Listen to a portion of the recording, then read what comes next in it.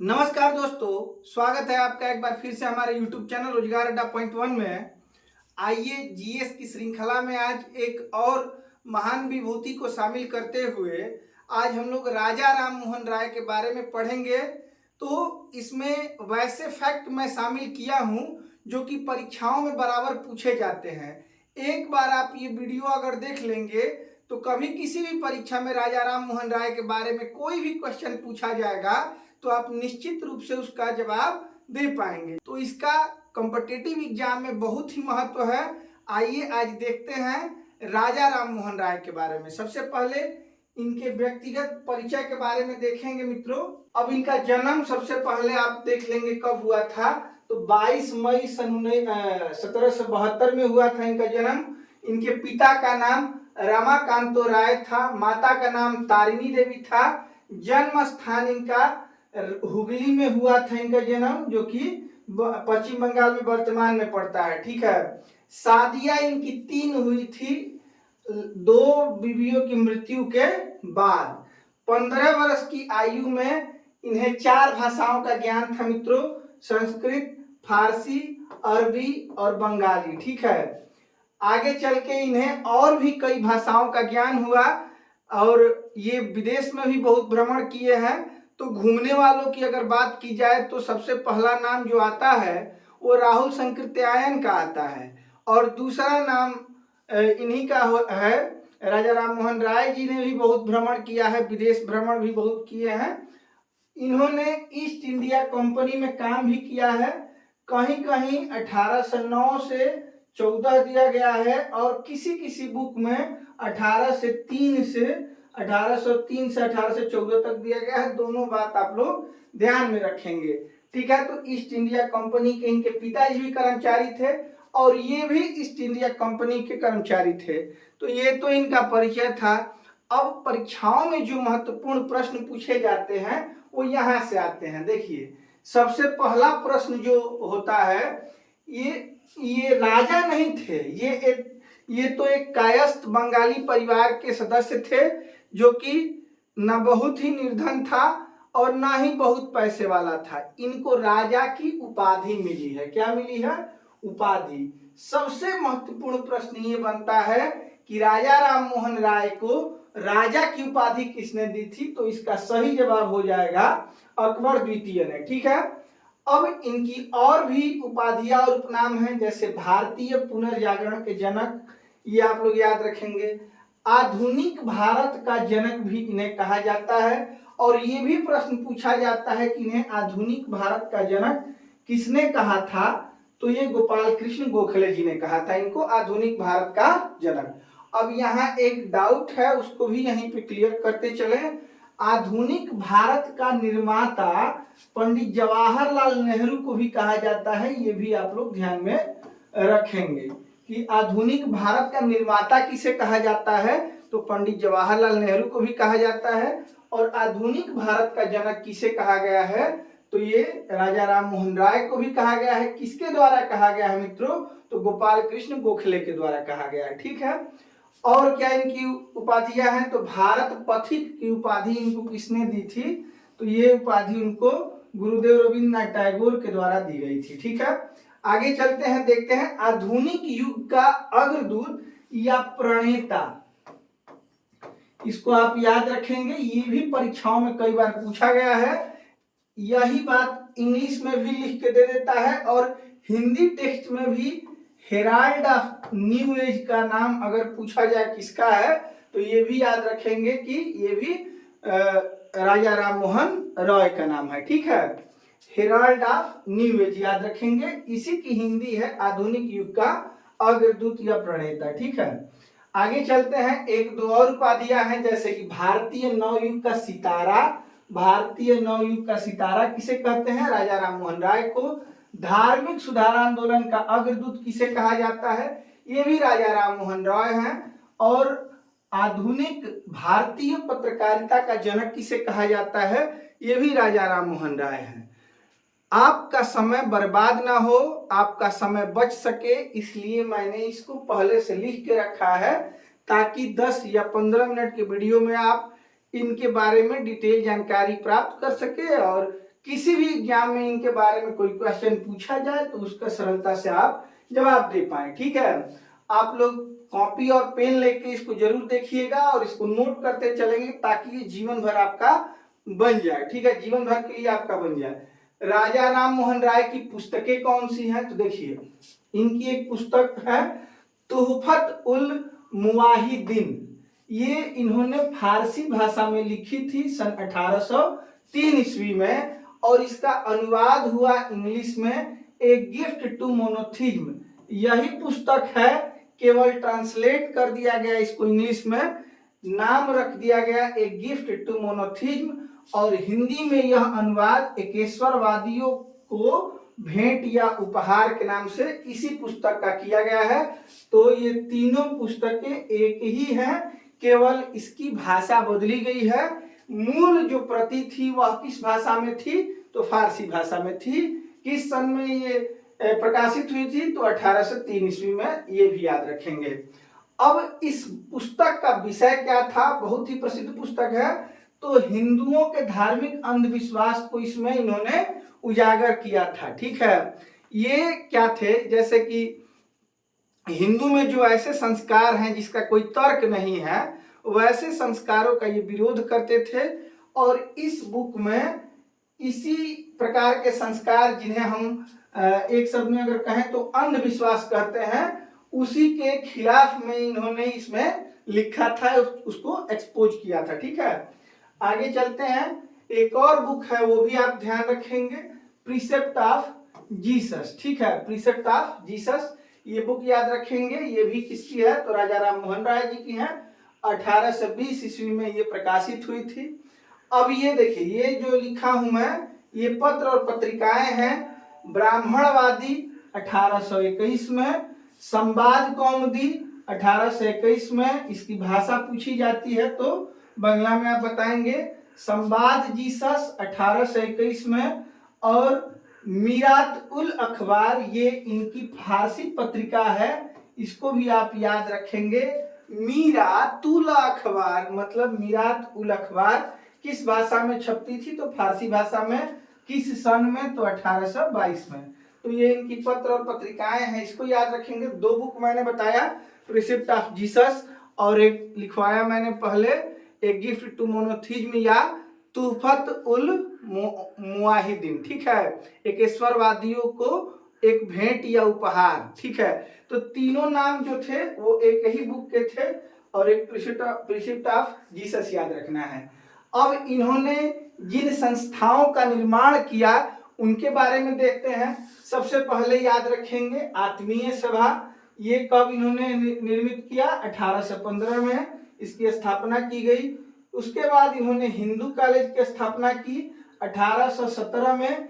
इसका नाम याद रखेंगे, डेविड हारे और एलेक्जेंडर डफ के साथ मिलकर इन्होंने कलकत्ता में हिंदू कॉलेज की स्थापना की थी। ठीक है, फिर कलकत्ता यूनिटेरियन एसोसिएशन की स्थापना 1821 में की थी इन्होंने।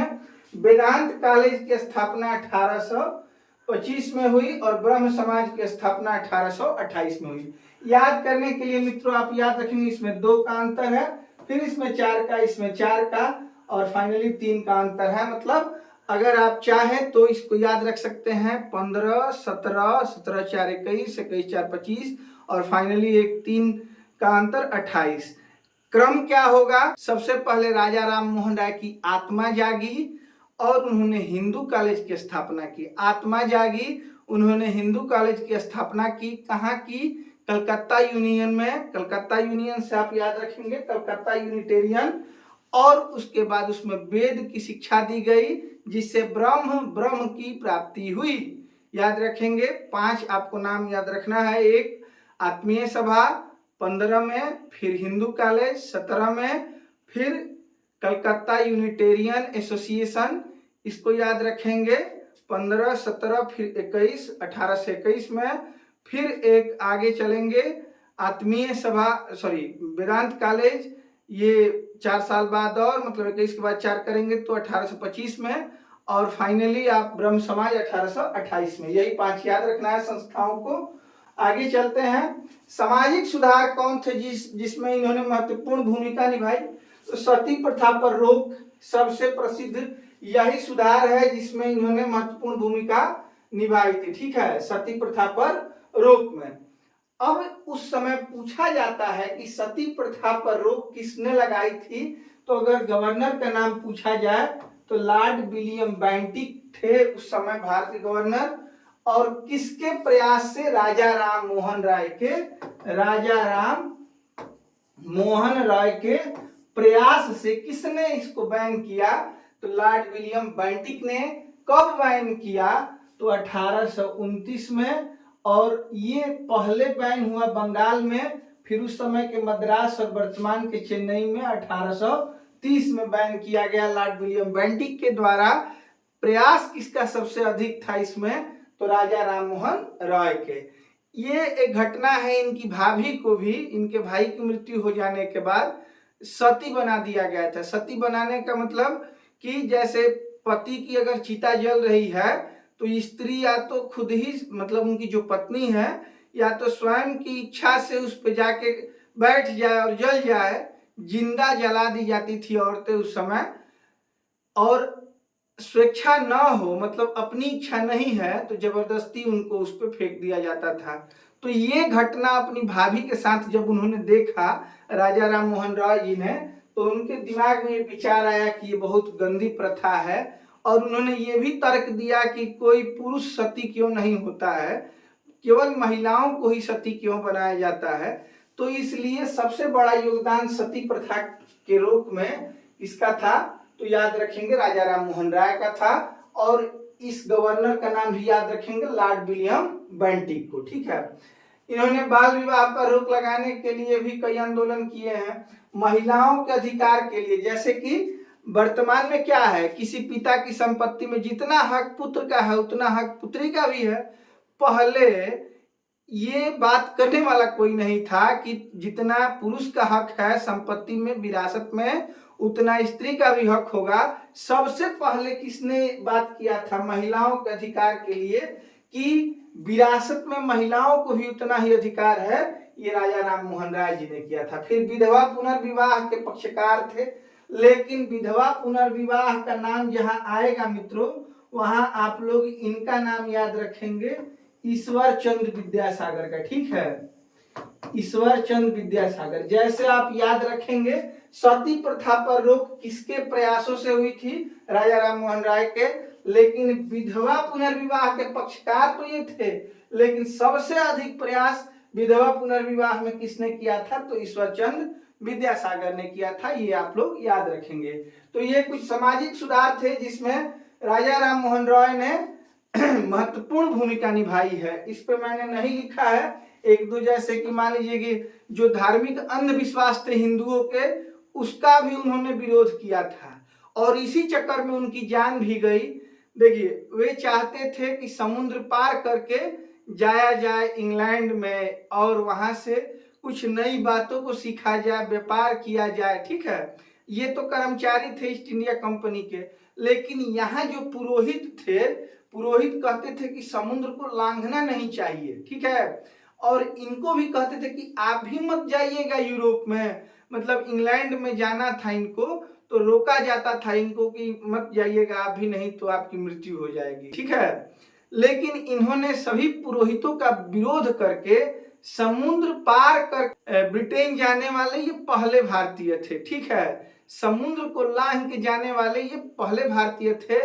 लेकिन होता है ना कि कभी अनहोनी ऐसी घटित होती है जो कि भविष्य के लिए अच्छी नहीं होती है। तो समुद्र पार करने के पाप के कारण इनकी मृत्यु हो गई, ऐसा लोगों का विश्वास था, अंधविश्वास था।